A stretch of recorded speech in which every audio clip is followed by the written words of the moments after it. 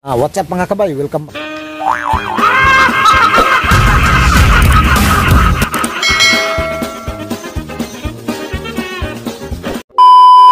Welcome back to my channel, ang inyong mga kabay. Nagbabalik. Dito may kamatis tayo. Ang problema mga kabay, summer na kasi ngayon. Siyempre may nalalaman tayo tungkol sa kamatis. Pagdating ng mga summer, kailangan natin silang ilokong. Yung itanim natin sila sa dahon ng saging. Bali iripat ko sa mga kabay sa dahon ng saging. Ang anuhin natin, maghanap tayo ng dahon ng saging para doon natin sila mailipat. Okay, babalikan ko kayo mga kabay. 5 minutes later. Maghanap na tayo, ikot na ako mga kabay. Pero gamitin ko yung sasakyan, yung ginagamit natin madalas. Kasi di ko alam mga kabay kung saan tayo maghanap dito sa village. Kaya lang ako magano mga kabay, mag seatbelt kasi dito lang tayo sa village. Okay? Grabing init ngayon mga kabay, yan, ingat kayo lagi ha. Pag lumabas kayo, magdala kayo ng tubig. Kasi mahirap na mga kabay. Hindi natin alam, baka ma-dehydrate tayo, yung sobrang init, natutuyo yung natin, pawis. Kailangan talaga mga kabay maghanap tayo ng pwedeng silungan. Ayan dito, baka mayroon dito. Baka layo kamera. Hanap tayo mga kabay doon sa unahan. Kasi may nakita din ako dyan banda Hindi ko lang alam kung saan. 2 hours later. Dito. Ito, pwede dito manghingi. Pwede makahingi dahon ng saging? Dahon?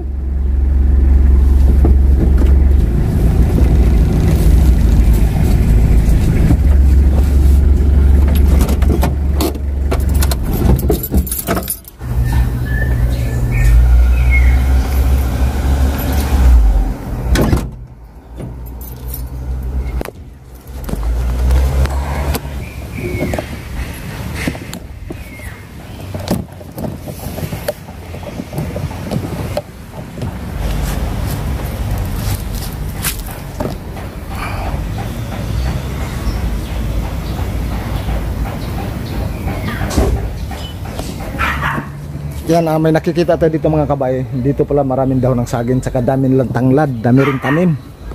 Yan, nagtatanim din dito. Ayan kasi yung dahon na yan. Set up na natin yung camera. Yan siya.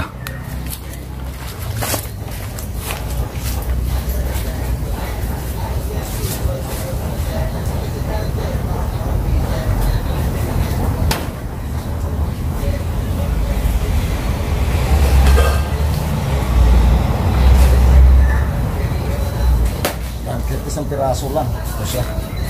Dahon. Yan.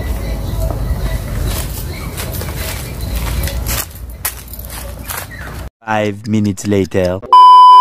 Mga kabay, nakabalik na tayo dito sa garden. Ito na yung nakuha natin. Dahon ng saging. Himayin na natin yan mga kabay. Yan ang dahon ng saging. Para sa kamatis natin. Yan. Dito kumuha na rin ako ng tubig. Kasi gagamitin natin yan mamaya yung lupa dyan. Okay. Ito na siya mga kabay. Ganitohin lang natin. Yan. Hindi tayo gagawa ng mga kabay ha. Malagkit o bibingka. Mamaya sabihin nyo na gagawa tayo. Ang gagawin natin para sa kamatis natin. Ito na siya mga kabay. Maghanap lang tayo ng bandang mahaba. Tapos iganyan na natin doon sa mga kabay.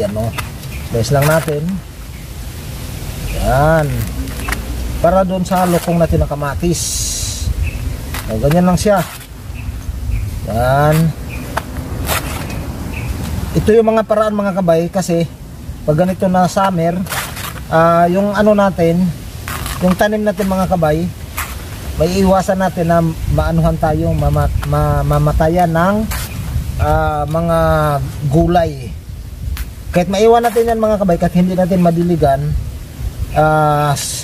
save pa rin sila mga kabay na natin, mapabuhay. Pag transfer natin sa dahon ng saging, Ito na siya. Siyempre, bubunutin na natin yung kamatis natin. Ito na siya, oh. Yan. Bubunutin na natin yung kamatis. Yun. Diligan ko siya muna mga kabay. Kasi tatanggalin natin yan isa-isa. Yan. Tapos bubunutin na natin. Ay, kutsilyo. Yan siya. Yun. Ito. Para save yung kamatis natin. Napakadaling anuhin ito mga kabay pagka gagawin lang din natin. Yan. Hindi ko alam mga kabay kung ilang piraso to. Malaga ko sobrang dami din ito. Siya. Tapos ito, pwede na natin tuwa sa atin yung karton. Gagamitin natin itong lupa. Yan. Sabi muna natin din yung ano natin. Yan. Kaso lang mga kabay, sa takot madumihan ng lupa, hindi nyo to kaya. Ito siya.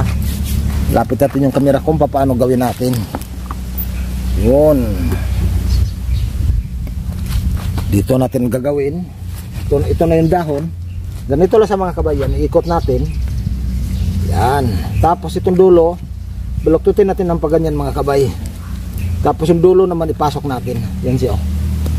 Yan. Yan. Tapos siyempre lalagyan na natin ng lupa yan mga kabay.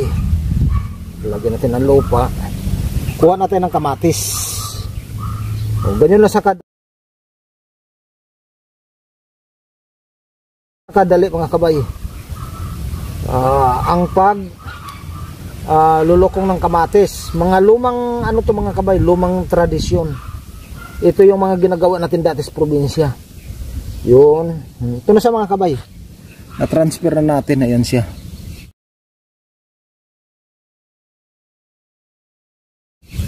Yan. Tabi natin dito. Kuha pa tayo ulit. Ito yung mga gagawin pagdating ng mga summer. Na gusto pa rin natin magtanim. Kasi yan na nga. Nasanay na tayo. Ganito lang mga gagawin din natin mga kabay. Yan siya. Kuha tayong kamatis. Kamatis natin. Tapos dadagdagan natin ang lupa. Napakadali ng mga paraan mga kabay. Ang tawag nito sa amin mga kabay, lukong. Iwan ko lang dito sa Manila, di ko alam. Yan siya. Ito mga kabay, pagka nagtanim tayo, isama na natin yung mismong dahon. O hindi na ma-stress yung mga ano natin, gulay. Yan, napakasimple, napakadali na paraan. Ang pagtatanim ng bawat iba't ibang klaseng gulay. Kahit anong gulay mga kabay, kahit anong klaseng buto, pwede nyo tong gawin, pwede nyo tong gayahin. Kung paano yung mga ano natin, diskarte. Yan, kasi mga kabay, pagka diskarte lang yung pag-usapan, kailangan talaga mga kabay mindset. Pag wala kang mindset, ay wala mga kabay. Pag may mindset ka, tapos samahan mo pa ng diskarte, di wow, ang ganda nun. Yan, ganyan lang siya. Yun. Ito, medyo marami itong i-ano natin, itatanim na kamatis.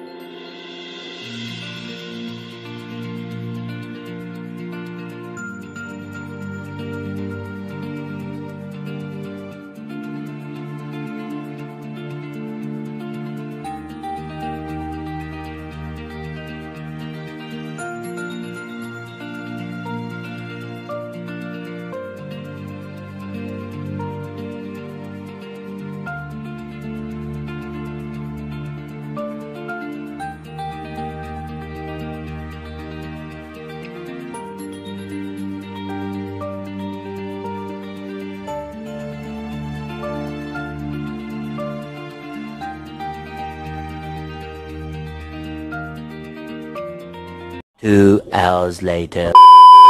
Natatapos na tayo magtanim. Ang dumi ng kamay ko. Yan, kapag masisipag talaga tayo mga kabay, kahit madumihan yung kamay natin, maputikan, okay lang yun.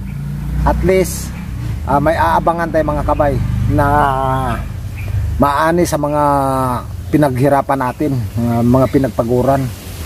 Yan, sa lahat ng mga farmers dyan, yan, mega shout out sa inyo lahat. Mabuhay kayo mga kabay. Ito na siya, yung tinanim natin sa dahon. Yan, markot. Hindi siya masisira mga kabay. Yan. Pagka itanim natin ito mga kabay, halimbawa magbubutas tayo, sana ba yung guna ko? Sampulan ko kayo mga kabay. Kukunin ko lang yung guna. Yung pinakamahiwaga kong guna. Ito. Yan. Example, dito tayo. Dito tayo sa malambot, siyempre.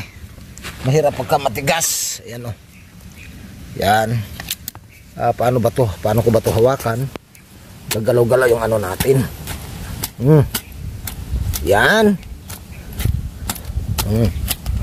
Yan. Ano natin? Pagka nagtanim kayo mga kabay, ganyan lang.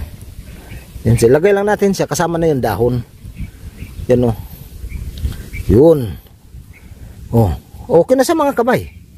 May kamatis na tayo. Sa paso naman, ganito rin gagawin natin.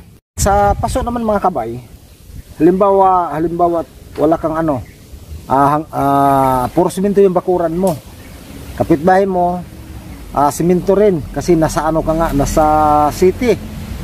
May paraan pa rin mga kabay. Sa paso tayo magtatanim. Ito, kumuha na ako ng paso para, ayan, sa paso ng mga kabay. Yan, sa paso naman mga kabay, may solusyon. Halimbawa wala kang pagtamnan kasi nasa city ka nga, pwede tayo magtanim mga kabay. May paraan talaga pag gugustuhin natin. Halimbawa nag-ano ka, bili ka ng bili tapos mahal ng kamatis kasi di ba umabot nga dito na isang piraso 20 dito sa Manila. Bakit hindi natin to gawin? Ito example ko sa inyo mga kabay. Yan, may pasok kayong ganito kalaki. Yan. Hindi sa disturbo kahit saan natin ilagay kasi hindi naman sa kalakihan. Tapos may kamatis ka na lokong ganito. Ito lang, ganito lang yan. Ayan, para sa inyo talaga tong video na to. Lagay natin sa dyan. Lagay natin yung kamatis. Yan siya. Tapos lalagyan natin ng lupa. Tapos punuin lang natin yan. Punuin lang natin yung paso natin para matakpan yung kanyang dahon. Yan siya yun. May kamatis na tayo mga kabay nakalagay sa paso. At least mga kabay, may aantayin tayo. Yan, may aantayin tayo. Hindi natin kailangan bumili ng kamatis. Pwede yan mga kabay, hindi lang kamatis pwede natin itanim. Pwede tayo magtanim ng sitaw. Apat na ganito, apat na ganyan. Pwede natin magtanim dyan para magiging ganyan yung ano natin mga kabay, sitaw. Ayan yung halimbawa ito isang puno, doon isa, doon sa dulo isa, bali apat. Pag magbunga yan mga kabay, marami na rin yan. Hindi lang sitaw, ampalaya, yan, talong, sili, lahat ng klaseng gulay mga kabay pwede natin itanim kahit gumagapang pa yan. Pwede natin yan, napakagandang tingnan. Nakakadagdag pa sila mga kabay sa pangangailangan natin yung oxygen, nasasala pa nila yung hangin. Kasi yan nga, mapolusyon na rin tayo. Lahat mga kabay, pwede natin gawin yan. May paraan talaga. Yan, karamihan sa atin ngayon, umaangkat na sa ibang bansa ng mga gulay. Para sa atin, sa dami-dami natin. Bakit hindi natin gawin yan? Pagka gusto nyo rin, halamang gamot, ayan, yung karnate. Yan nakatanim din sa sa paso. Napaka-simple ang mga paraan.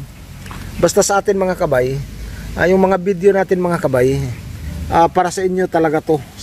Lalong-lalo na ngayon. Yung mga kabataan natin, wala na, hindi na sila talaga, wala silang alam sa mga pagtatanim mga kabay. Kasi ang alam nila, nakikita kasi nila mga kabay sa mga magulang na pagka may kailangan, halimbawa wala magluluto ng paksiw. Madali sabihin, bili ka ng sili, tapos kamatis, bawang, pwede naman tayo magtanim. Kaya dala-dala nila mga kabay. Ang mga walang kaalaman, bakit hindi natin ipaalala sa kanila yung mga ganitong pamamaraan, mga ganitong tradisyon na pwede pala mga kabay, kahit sila pwede sila magtanim. Magdidepende yan sa magulang mga kabay kung paano natin sila turuan. Porket marami na tayong pira, hindi natin sila iano sa mga naranasan natin noon, mali yon.